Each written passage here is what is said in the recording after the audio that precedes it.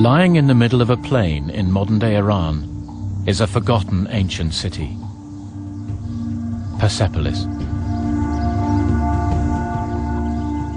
Built 2,500 years ago, it was known in its day as the richest city under the sun.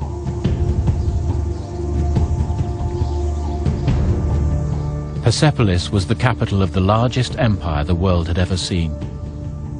But for over 2,000 years after its destruction, it was largely ignored. The life and achievements of the Persians who built it, erased from history.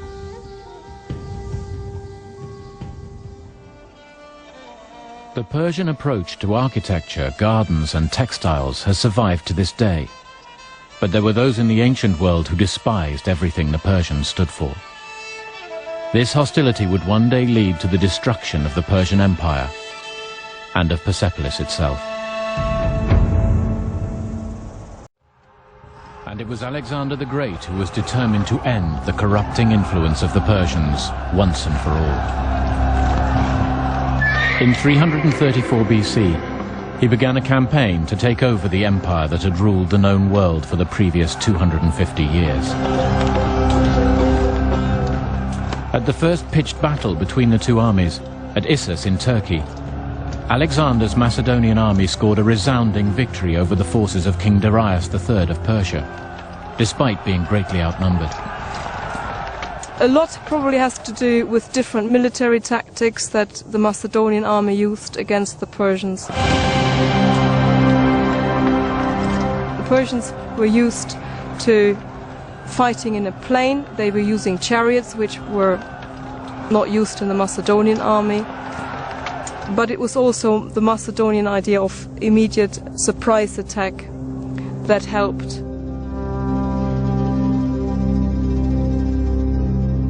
Over the next 2 years, Alexander's superior military tactics allowed him to take over lands that were once under Persian control. In 331 BC, he reached Persia itself.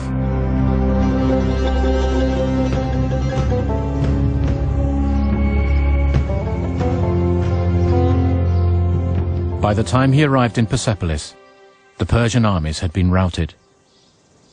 The 12th and last Persian king, Darius III, was dead. Alexander told his soldiers they were now in the most hateful of cities.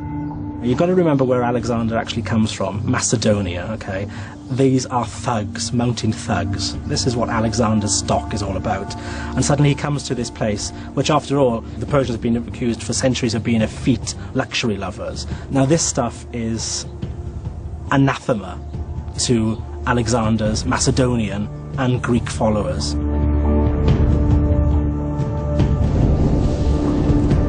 Alexander, triumphant, held a banquet for some of his troops at Persepolis. According to the Greek accounts, it was here that the city's fate was sealed. Alexander fully understood the symbolic importance of Persepolis as the very heart of the Persian Empire. It had to be destroyed. Alexander will destroy everything that could be a potential source of resistance and opposition to him. Persepolis was that. He wanted to make a point of destroying Persian power. And so Alexander's soldiers began burning and looting.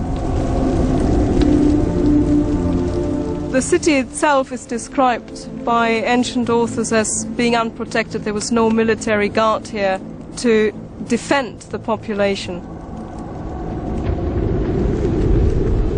Some people say that what he did was to pile up flammable material, furniture, curtains, and from there the fire started and then of course spread through the whole terrace. It just burned. I dare say this night there must have been chaos here. So the carnage, the chaos must have been horrific.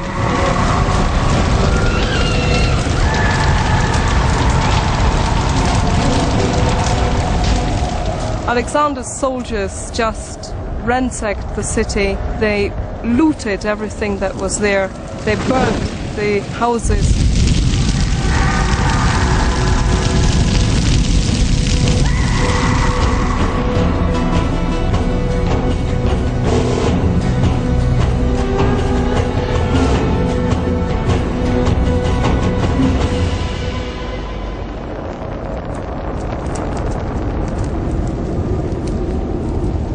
I think Alexander is the first recorded hooligan in history.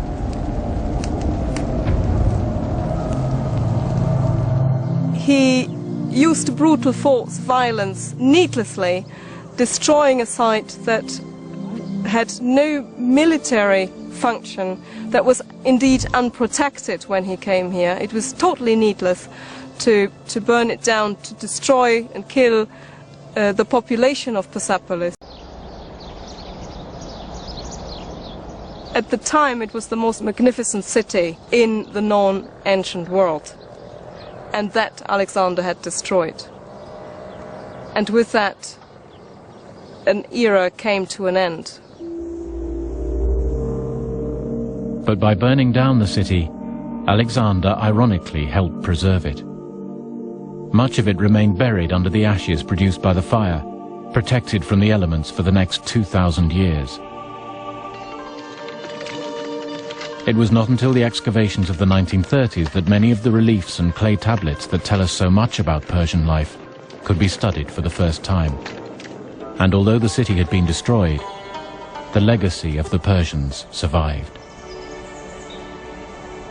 Their formal gardens, their ceremonial architecture, and their sense of luxury were copied by other civilizations, even the Greeks. But their greatest achievement of all was the empire itself. The first global empire in history was built on a model of tolerance and respect for other cultures that few great powers have ever matched. Perhaps now, at last, the Persians will take their rightful place as one of the great civilizations of antiquity.